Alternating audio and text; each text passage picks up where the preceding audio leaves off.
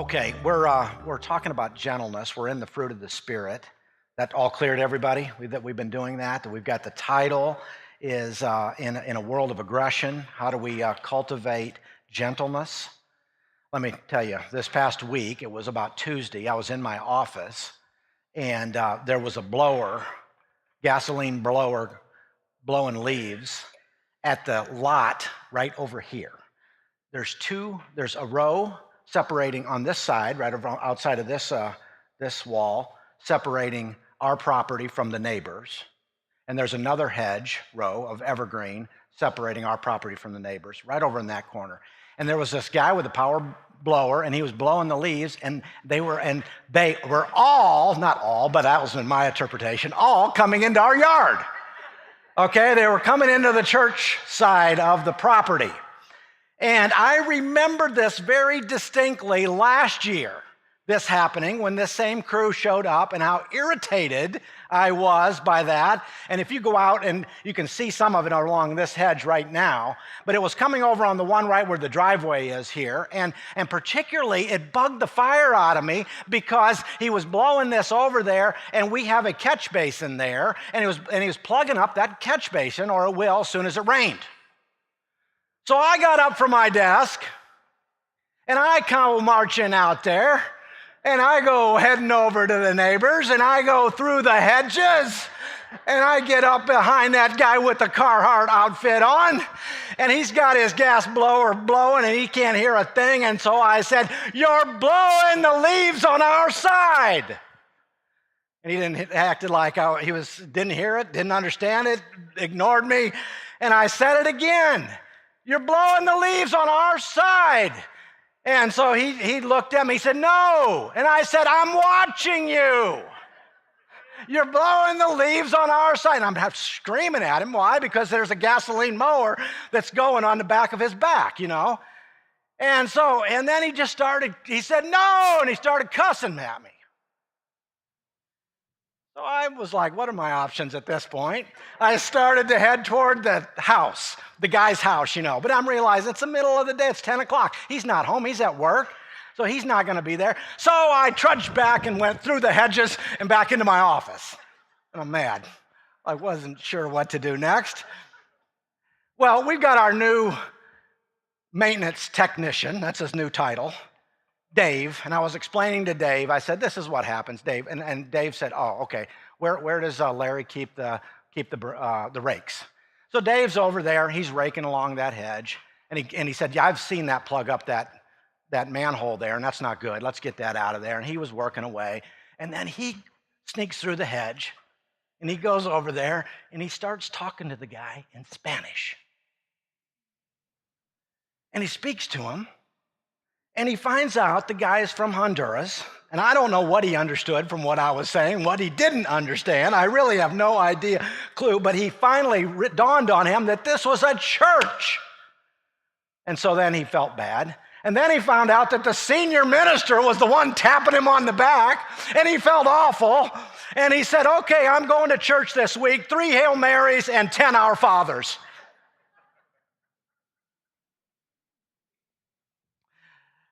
I don't know. How are you doing with your gentleness? I'll tell you what, there's nothing like the Fruit of the Spirit series to help surface all my stuff. I mean, I've been seeing it. We did the goodness one a few weeks back, and I'll tell you that story later, but it was like the next day I yell at my staff. Like, well, that really was kind of out of line with everything I talked about the day before. I apologize, but still. We have this God from the beginning that while he can be tough and holy and righteous, is tender.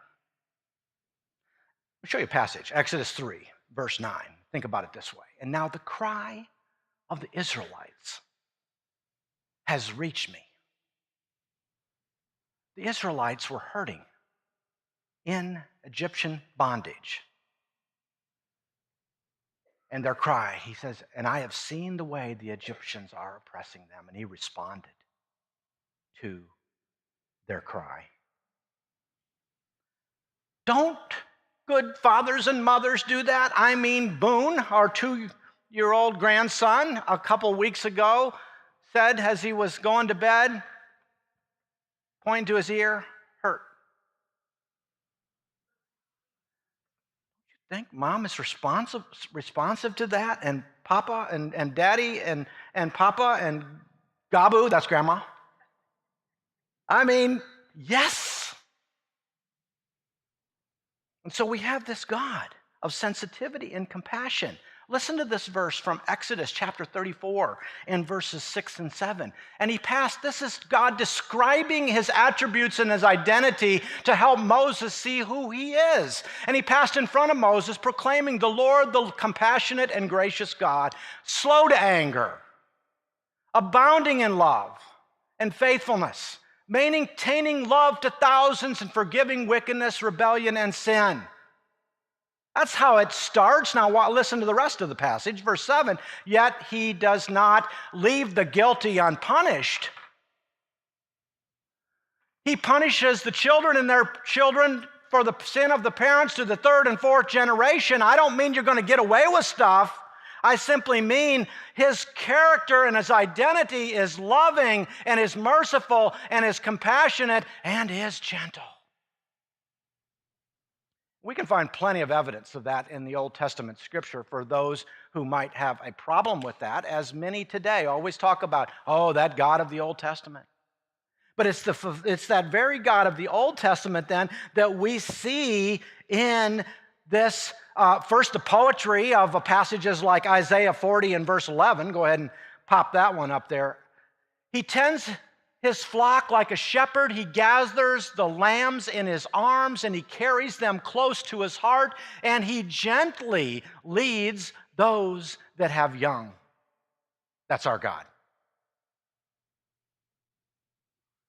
Sounds a lot like pictures we think of Jesus the shepherd, doesn't it? That's from Isaiah 700 years prior to the coming of Christ. And so though we see these types of passages fulfilled in the New Testament, and so we see these invitations by Jesus himself of Matthew 5, chapter 5, as this tender one that would say, go ahead and put that passage up, Alec, blessed are the meek or the gentle, for they will inherit the earth. And then again, Matthew 11, 28 and 30. This is Jesus speaking, and an invitation to each of us. Come to me, all you are weary and burdened, and I'll give you rest. Take my yoke upon you and learn from me. Here it is. For I am gentle and humble in heart, and you will find rest for your souls. For my yoke is easy, and my burden is light. So to understand the character of God, we look and we see it in Jesus. And yet William Barclay says that this word gentleness is almost untranslatable into the English language. Because we put some, in our way of thinking about it, similar to meekness, we think of it as such a passive word. We get it confused with weakness. Barclay says this, as he tries to explain gentleness. We treat all men with perfect courtesy, that we can rebuke without rancor, that we can argue without intolerance, that we can face the truth without resentment, that we can be angry yet sin not, that we can be gentle and yet not weak.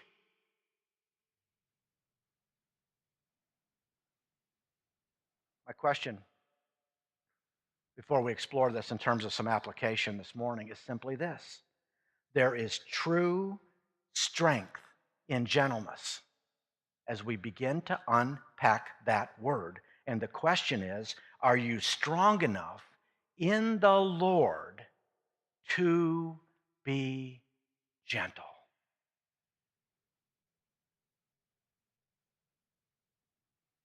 That's the invitation from Galatians 5, the passage that says the fruit of the Spirit. mentioned alongside goodness and faithfulness and self-control.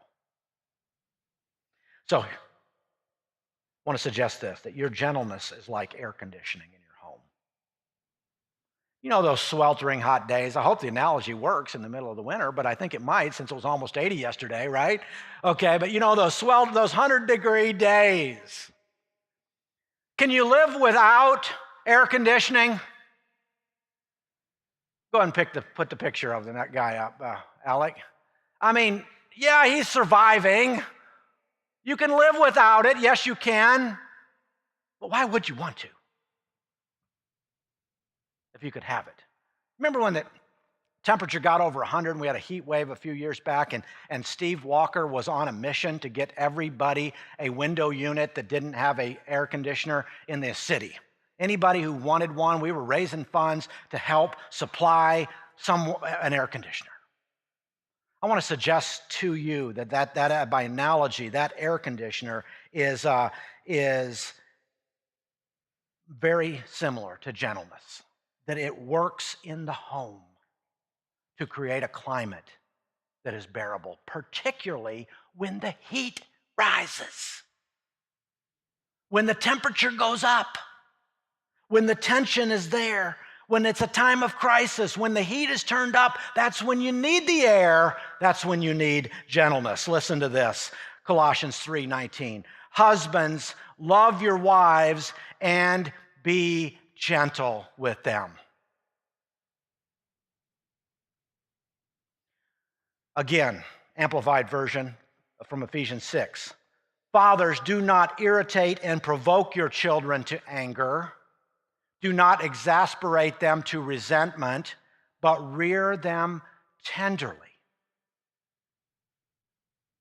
in the training and discipline of the Lord. Remember when Paul went to Thessalonica? You read 1 Thessalonians chapter 2, he writes one of his first letters back to the church in Thessalonica, and he said, when I was with you, I was like a mother.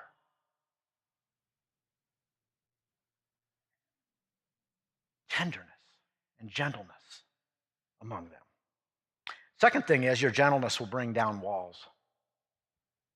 We live in a world of walls, and the role of the Christian is to bring down walls, not to put them up.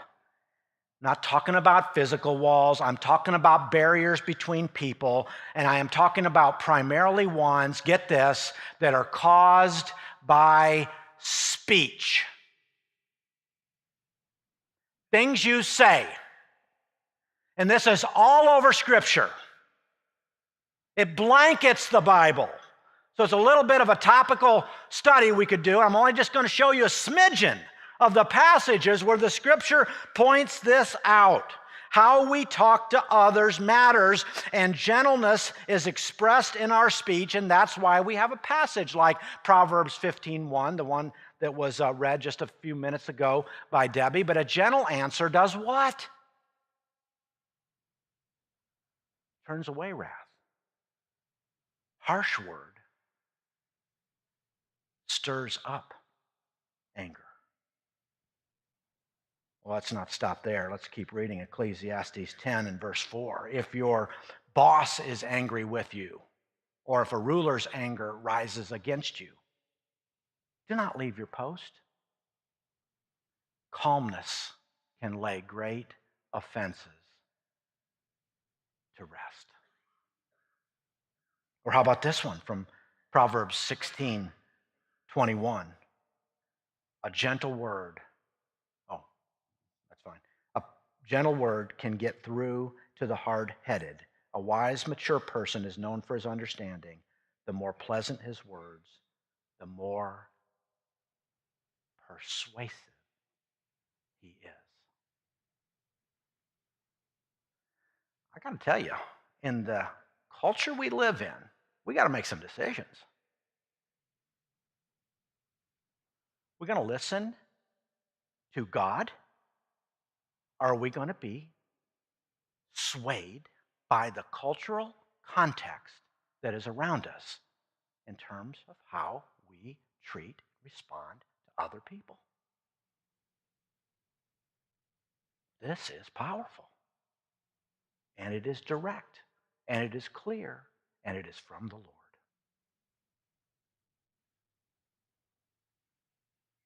Now, we just had Boone's birthday party last night. He's 2, and that was a lot of fun. He got a little trampoline. It's about 3 feet in diameter. Somehow he knew it was his birthday because he suddenly owned that trampoline. Okay? And Nora tries to get up on the trampoline, and he did not have any hesitation about just pushing her off. Okay? And then Wesley tries to get up there, and we're trying to coax him, saying you got to share and all this and that. And whoop, 8 inches off that trampoline. And even Ian, who was about 1.5 feet bigger than he is, didn't matter because he owned the tramp. I think about when, as a kid, remember we played the game King of the Hill? Some of us might have. It was probably mostly the boys in the room. But you were strong enough to reach the top of the hill, and you were the king. And you would say, come on, and you sort of invited everybody up, and the king would take on all newcomers and keep his position and defend his territory, and he would fight off everyone who scrambled up the hill and tried to fight or claw their way up to the top, and each kid tried to reach the top and overpower so that he could take control. And that was how we knew the world worked. But suddenly in the midst of that, God is teaching us something quite different. So this idea of gentleness and meekness flies in the face of everything we know in our natural person about how to succeed. And yet Jesus said, what? The meek shall inherit the earth? And we go, huh? In ancient Greece, a king could be described as gentle. A person of authority and their reaction when they refuse to use power to crush another person. In other words, they had the strength, they had the power, they might have even had the right, but they did not exercise it in that way. A king, for instance, had authority to render punishment to a servant who had failed in a particular task, and they could order his death. A king responding with kindness and forgiveness would be recognized as gentle. Lot to unpackage there. Oftentimes, gentleness, I know, can be misinterpreted as weakness or indifferent or fickle or ambivalent or wishy-washy, as I think even some of our own leadership here at times has been viewed, when in fact the intention was to be gentle. Number 3, your gentleness is God's preferred style of influence.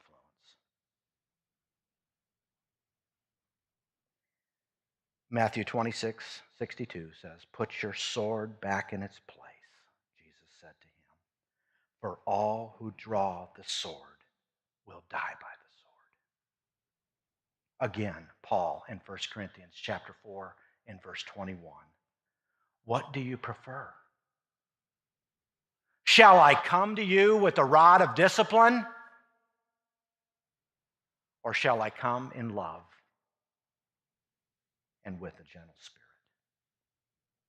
There was a book written a few years back by Dallas Willard's daughter.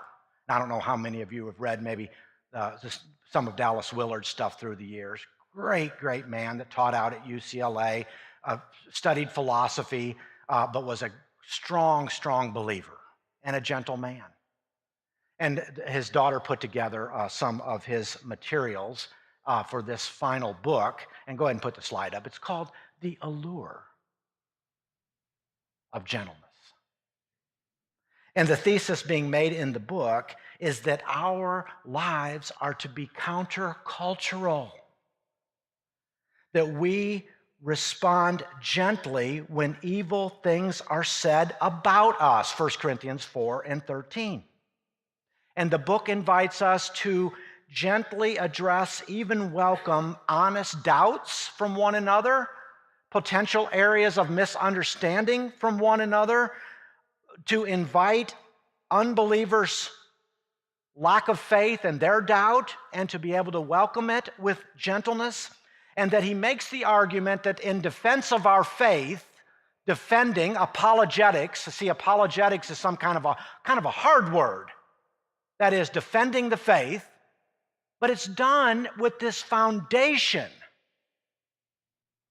of gentleness, wise and gentle roots, to use his word. In fact, he said that every human being, what we have in common with every human being on this planet is we're trying to find truth. And we may disagree about which things are true and which things are false. We may disagree about methodologies, but no one can live without truth. And this permits us to stand alongside every human being as an honest fellow inquirer. And so our attitude is not us and them, but we. And then he has this quote in the book. To be simple, and I personally am very challenged by this. This is not preaching as much as personal reflection. To be simple, humble, and thoughtful as we listen to others and help them come to faith in the one who has given us life. And what Willard is saying is that there must be congruence between our message and our manner. Between our message and our method. And I believe Paul was saying this in many, many passages throughout the New Testament. So I finish with this story. When I was a kid, my dad owned this asphalt paving company, and so we often had to resurface roads out in the country. And my job was to go out in front of the crew and lay out a string line so that the trucks would know how to back, where they would know where to back. And so you had to pull the string line tight along these roads for 2 or 3 miles. Now, as a kid, that was a long distance. And I'll tell you what there were. There were a lot of houses. There weren't a lot of houses. A lot of the roads had like 2 or 3 houses on them. But almost every house had a dog. Okay, and I can remember as if it was yesterday, walking past a house and a German Shepherd, a big, strong, fast dog chasing me down, and I was nothing but fearful, and he wanted to seize upon my fear, and I felt he was aggressive and threatening and even dangerous. And in my mind, I could see him biting down and clamping down on pulling my flesh to pieces, and me dying in the ditch. And so you know what I did? I ran. I just ran. And he barked and growled and howled and threatened. Now I want to fast forward. When we were serving in Connecticut, the church there, we had a young lady who was blind who came to church. And she sat in the first row, much like Laura right there, and she sat beside her dog, a German Shepherd. A blind teenage girl with that German Shepherd. And I couldn't help but see that German Shepherd and be reminded of all my past experiences, right? That dog was every bit as powerful as the dog I had encountered as a child, but she was gentle. To the point I could barely recognize her as the same species. And in fact, the dog was so calm that she slept through my sermon. And Mary introduced me to the dog. And she said, "Nemo, this is Jeff. He's the minister. And as far as I know, he doesn't bite." And she turned it completely around. How could that breed of dog be so much like a wolf, an attack dog that could be used by the hundreds of thousands by the German army, and also be a seeing eye dog used by Mary, a blind teenager?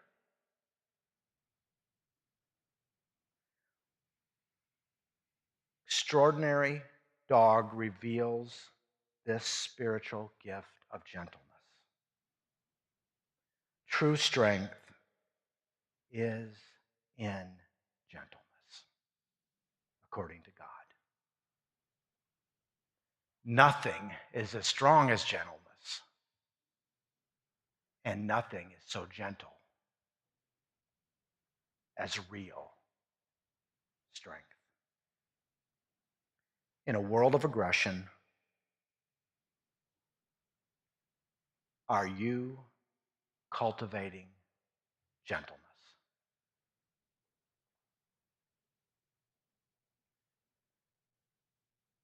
In Christ, are you strong enough